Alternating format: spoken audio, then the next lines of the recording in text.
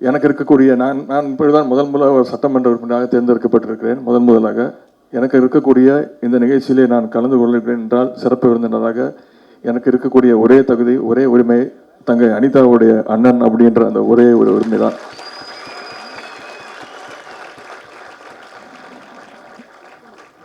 அப்படி எளிய மக்களுடைய கல்விக்காக தொடர்ந்து நான் குரல் கொடுப்பேன் தலைவருடைய வழியிலே என்ற முறையில் என்னை பேச அழைத்திருக்கிறார்கள் என்றுதான் நான் நினைக்கிறேன்.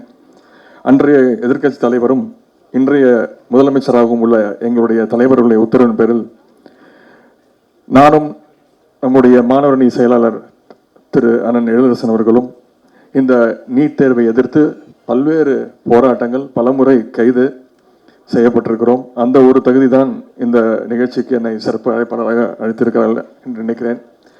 அதேபோல் அண்ணா பல்கலைக்கழகம் அதை பிரிக்க நினைத்த மத்திய அரசையும் அதற்கு துணை போன அன்றைய மாநில அரசையும் கண்டித்து மிகப்பெரிய கண்டன ஆர்ப்பாட்டத்தை நடத்தி அதற்கும் கைதானோம்.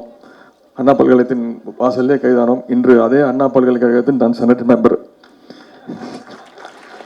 இப்படி நம் கல்வி உரிமை பறிக்கப்படும் போதெல்லாம் ஆர்ப்பாட்டங்கள் பல்வேறு போராட்டங்களை நாம் நடத்தியுள்ளோம். சமூக நீதியின் வழி எங்கும் கழக சூழலில் வளர்ந்ததால் இந்த தன்மை இயல்பிலே என்னுள் இருந்ததாலும் தங்க அனிதாவின் மரணம்தான் என்னை இந்த பிரச்சனை நோக்கி தொடர்ந்து வேகமாக இயங்க தொடங்கி வைத்தது.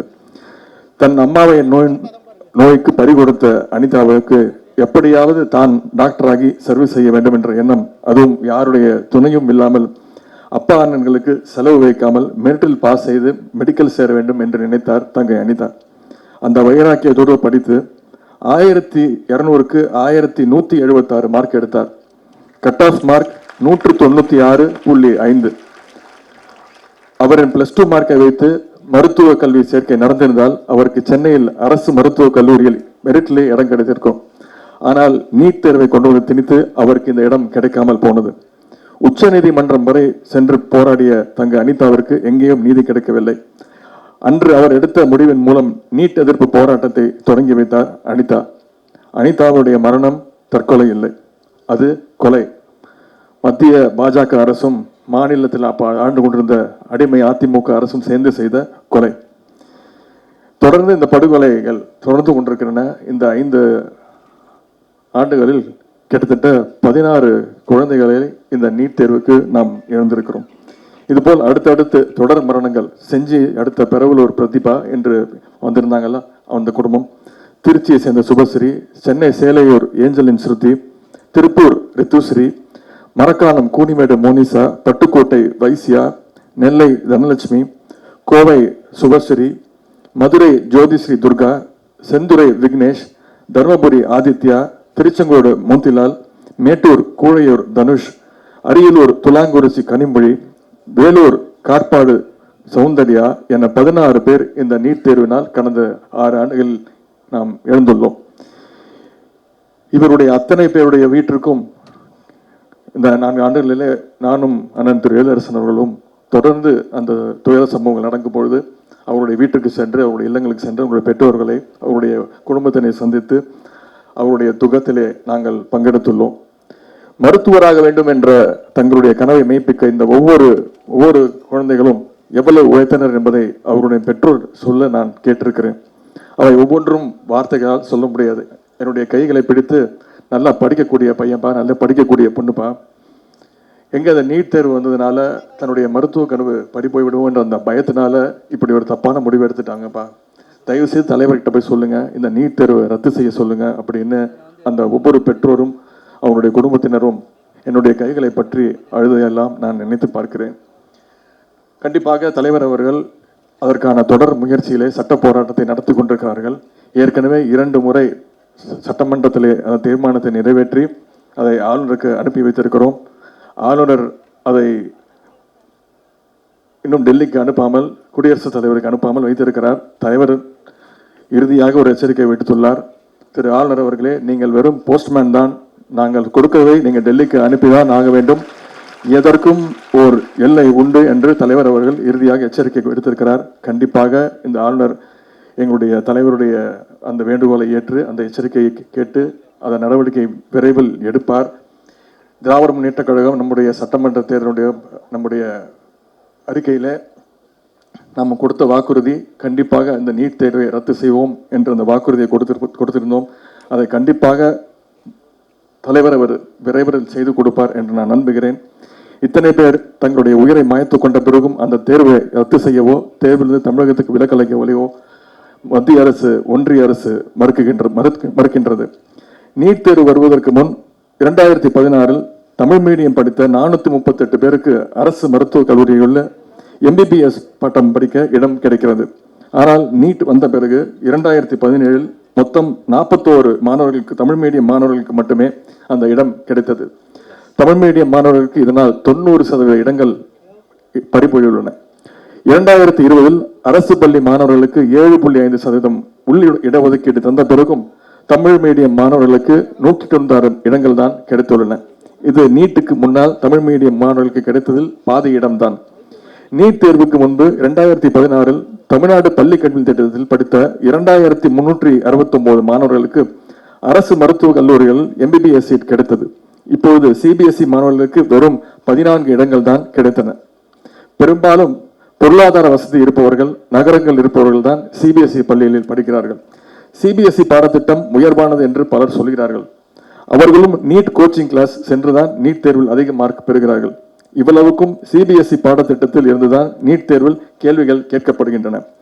வசதியுள்ள மாணவர்கள் தான் கோச்சிங் மையங்களுக்கு போய் பயிற்சி எடுத்து நீட் தேர்வில் மார்க் பெறுகிறார்கள். குறைவான திறனுள்ள மாணவர்கள் MBBS படித்து டாக்டர் ஆகும் நிலைமையை நீட் உருவாக்கியுள்ளது. நீட் தேர்வுக்கு எப்படி பதில் எழுதினால் மார்க் கிடைக்கும் என்பதைத்தானே கோச்சிங் சென்டரும் சொல்லித் தருகிறார்கள்.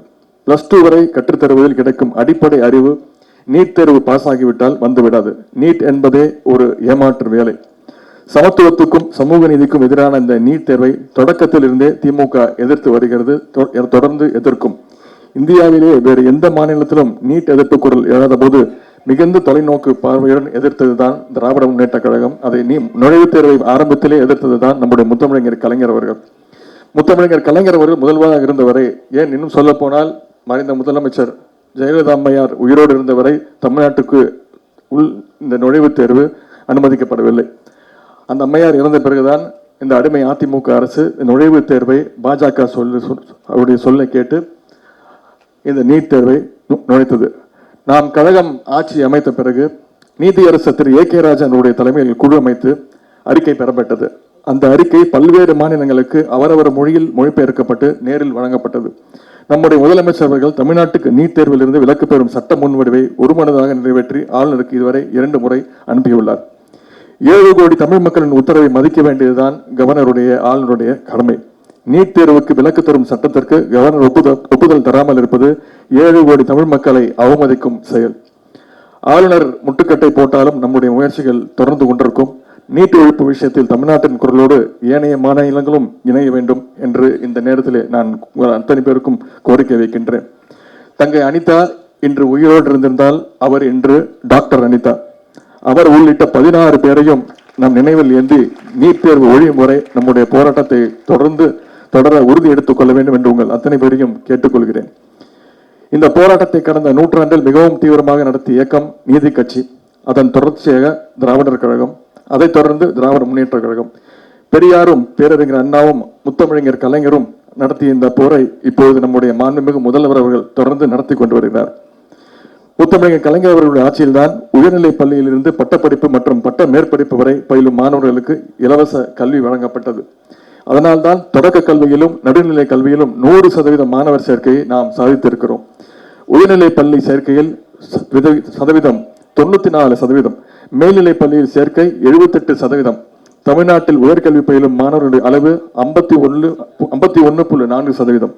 இந்திய அளவில் உயர்கல்வி படிக்கும் மாணவர்கள் 27.1% மட்டும்தான். தமிழ்நாட்டில் மட்டும்தான் 50 மருத்துவக் கல்லூரிகள் இருக்கின்றன. இன்னும் இந்த தலைவர் அவர்கள் இன்று சட்டப்பேரவையில் அறிவித்திருக்கிறார், இந்த சட்டமன்ற கூட்டத்தொடரிலே மேலும் 11 புதிய மருத்துவக் கல்லூரிகள் இந்த ஆண்டு தொடங்கப்படும் என்று தலைவர் அறிவித்திருக்கிறார். தமிழ்நாட்டில் இருக்கும் ஒடுக்கப்பட்ட மக்களுக்காக மட்டும் நாம் போராடவில்லை, இந்தியா முழுவதும் வாழும் பட்டியல் சமூக பிற்படுத்தப்பட்ட மக்களுக்கும் அவருடைய கல்வி உரிமைக்காகவும் திராவிட முன்னேற்ற கழகம் போராடி வந்து கொண்டிருக்கிறது. மருத்துவ படிப்புகள் அகில இந்திய அளவில் பிற்படுத்தப்பட்ட மாணவர்களின் இடஒதுக்கீட்டு உரிமையை ஒன்றிய அரசு மறுத்து வந்த நிலையில் உச்ச நீதிமன்றத்தில் சட்ட போராட்டம் நடத்தி இந்தியா முழுவதும் உள்ள வாழும் பிற்படுத்தப்பட்ட மாணவர்களுக்கு மருத்துவ படிப்புகளில் 27% இடஒதுக்கீடை பெற்றிருந்தவும் நம்முடைய மாண்புமிகு தமிழக முதல்வர் அவர்கள் தான், திராவிட முன்னேற்ற கழகம் தான். இந்தியா முழுவதும் பிற்படுத்தப்பட்ட மாணவர்களுக்கு உரிமையை பெற்று தந்த இந்த தீர்ப்பு இந்திய சமூக நீதி வரலாற்றில் ஒரு மைல்கல்லாக இருப்பதுடன் இந்தியாவுக்கே அது வழிகாட்டியாக அமைந்துள்ளது. முக்கியமாக கல்வியை முழுக்க முழுக்க ஒன்றிய அரசு தன்னுடைய கட்டுப்பாட்டுக்கு கொண்டு செல்ல அது முற்படுகின்றது. எல்லா கல்வி திட்டங்களையும் தேசிய அளவில் அமல்படுத்துவது, மாநில அரசின் கல்வி அதிகாரத்தை முழுவதுமாக பறிப்பது, இதுதான் இப்பொழுது நடந்து கொண்டிருக்கிறது. அதற்காகத்தான் புதிய கல்விக் கொள்கையை ஒன்றிய அரசு அறிமுகம் செய்துள்ளது. நீட் ஒரு தொடக்கம்தான். அதன் பிறகு இப்போது கியூட் என்று அடுத்து ஒன்று கொண்டு வராங்க. அதன் பிறகு புதிய கல்விக் கொள்கை அப்படின்னு இன்னொரு திட்டத்தையும் கொண்டு வராங்க. முதல் கட்டமாக மத்திய பல்கலைக்கழகங்கள் நுழைவுத் தேர்வு எழுதி வெற்றி பெறாமல் எந்த படிப்பையும் படிக்கவே முடியாது. இது யுஜிசி மார்ச் மாதம் வெளியிட்டுள்ள அறிவிப்பு. இந்த திட்டத்தையும் எதிர்த்து சட்டமன்றத்தில் முதல் தலைவராக நம்முடைய தலைவர் அவர்கள் தீர்மானம் நிறைவேற்றியுள்ளார். இந்த நுழைவுத் தேர்வையும் நுழையும் நிலையிலேயே நாம் கண்டிப்பாக எதிர்ப்போம். கல்வி என்பது பொதுப்பட்டியலில் இருக்கிறது. மாநில அரசுக்கும் ஒன்றிய அரசுக்கும் கல்வியில் அதிகாரம் இருக்கிறது. ஆனால் ஒன்றிய அரசு நினைப்பதை மாநில அரசுகள் செய்ய வேண்டும் என்று நினைக்கிறது. மாநில அரசுகள் எந்த அதிகாரமும் இல்லாத அடிமைகள் என்று பாஜக நினைக்கிறது. உண்மையான தமிழர்கள் யாருக்கும் அடிமையாக இருந்து பழக்கம் கிடையாது என்பதை பாஜக உணர வேண்டும். எல்லாவற்றையும் விட மிகவும் ஆபத்தானது 3ஆம் வகுப்புக்கு பொதுத் தேர்வு. இது எவ்வளவு கொடுமையானது என்று நீங்கள் யோசித்து பார்க்க வேண்டும். 3வது படிக்கிற குழந்தைக்கு பொதுத் தேர்வு தேவையா என்று நாம் யோசித்து பார்க்க வேண்டும். அது மட்டும் இல்லை, 3ஆம் வகுப்புல பொதுத் தேர்வு, 5ஆம் வகுப்புக்கு பொதுத் தேர்வு, 8ஆம் வகுப்புக்கு பொதுத் தேர்வு. நம்முடைய குழந்தைகள் யாரும் படிக்கவே கூடாது என்ற ஒரே நோக்கத்தோடு தான் இந்த புதிய கல்விக் கொள்கை எல்லாம் கொண்டு வராங்க. ஒன்றிய அரசுடைய கல்விக் கொள்கை கூட்டாட்சி தத்துவத்துக்கு எதிரானது, சமூக நீதிக்கு எதிரானது, சமத்துவத்துக்கும் எதிரானது. இந்தியையும் சமஸ்கிருதத்தையும் திணிப்பது, மாநில மக்களின் பண்பாட்டை அழித்து இந்துத்துவ பண்பாட்டை புகுத்துவது, தாழ்த்தப்பட்ட பிற்படுத்தப்பட்ட ஏழை எளிய கிராமப்புற மக்களுக்கு கல்வி உரிமையை மறுத்து அவருடைய கல்வியை இருந்து வெளியேற்றுவது. எனவே இந்த புதிய கொள்கையை திராவிட முன்னேற்ற கழகம் தொடக்கத்திலேயே எதிர்த்து வந்திருக்கிறது. இதற்கு மாற்றாக நமது அரசு மாநில அளவில் கல்விக் கொள்கையை உருவாக்கி வருகிறது. அதற்காக முதலமைச்சர் அவர்கள், தலைவர் அவர்கள் உயர்நிலை குழு அமைத்துள்ளார். இதன் முதல் கட்டமாக தமிழ்நாட்டில் இருக்கும் 13 பல்கலைக்கழகங்கள் துணைவேந்தர்களை ஆளுநருக்கு பதில் தமிழ்நாடு அரசே நியமிக்கும் என்ற சட்டமன்றத்தில் நாம் தீர்மானம் நிறைவேற்றியுள்ளோம். தமிழ்நாட்டில் இருக்கும் கல்லூரிகளையும் பல்கலைக்கழகங்களையும் அரசு நிதி ஒதுக்கி நிர்வாகம் செய்யும் போது பல்கலைக்கழக துணைவேந்தர்கள் நியமிக்கும் அதிகாரம் மாநில அரசுக்கு தான் இருக்கிறது. பல்கலைக்கழக பாடத்திட்டங்களையும் கல்விக் கொள்கைகளையும் தமிழ்நாடு அரசே முடிவு செய்யும். இதில் ஆளுநருக்கு எந்த அதிகாரமும் இல்லை. தமிழ்நாடு அரசின் கல்விக் கொள்கையை செயல்படுத்தும் தகுதியுள்ளவர்களை கண்டறிய மாநில அரசால் தான் முடியும். தமிழ் மக்களுக்கான கல்விக் கொள்கையை உண்மையான திராவிட இயக்கமான நாம் உருவாக்குவோம். தாழ்த்தப்பட்ட பிற்படுத்தப்பட்ட ஏழை எளிய கிராம மக்களுக்கு தரமான கல்வியை வழங்குவோம். தாய்மொழி தமிழை பாதுகாப்போம். சமத்துவ சமூக நீதியை என்றும் காப்போம். அனைவருக்கும் கல்வி என்று உயர்ந்த லட்சியத்தை பெரியாரும் பேரறிஞர் அண்ணாவும் முத்தமிழர் கலைஞரும் உயர்த்தி பிடித்த திராவிட இயக்கத்தின் லட்சியத்தை மாண்புமிகு முதல்வர் அவர்கள் வழி நின்று நாம் நிறைவேற்றி காட்டுவோம்.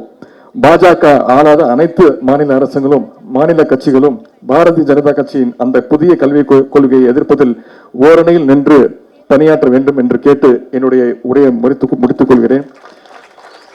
I thank the participants who took part in this national conference on education, social justice and federalism organized by the DMK student wing.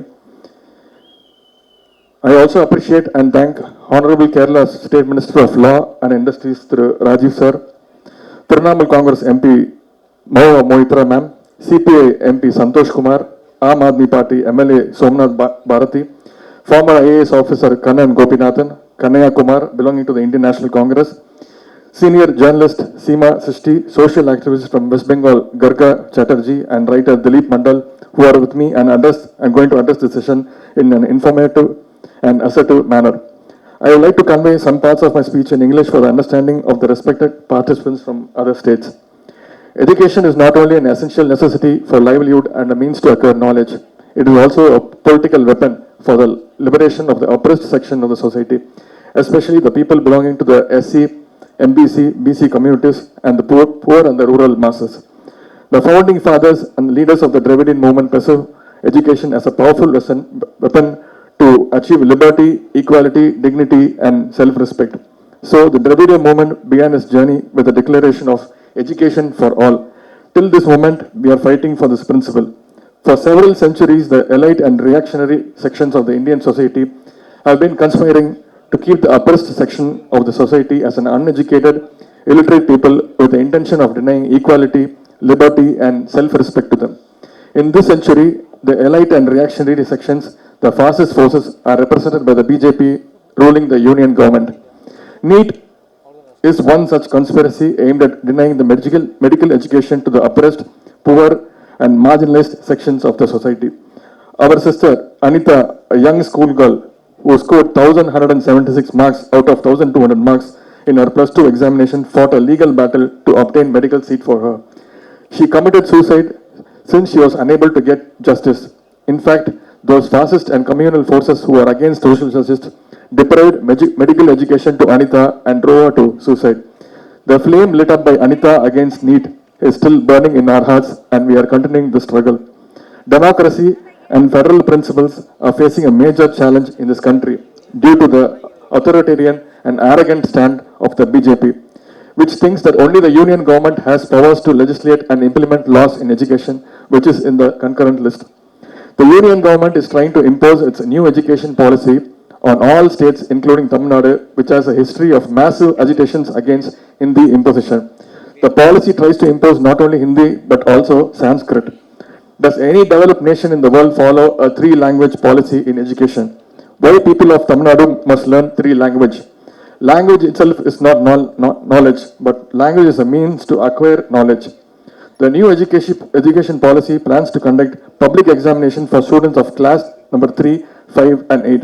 It is a clear attempt and a conspiracy to oust the oppressed section of the society from education.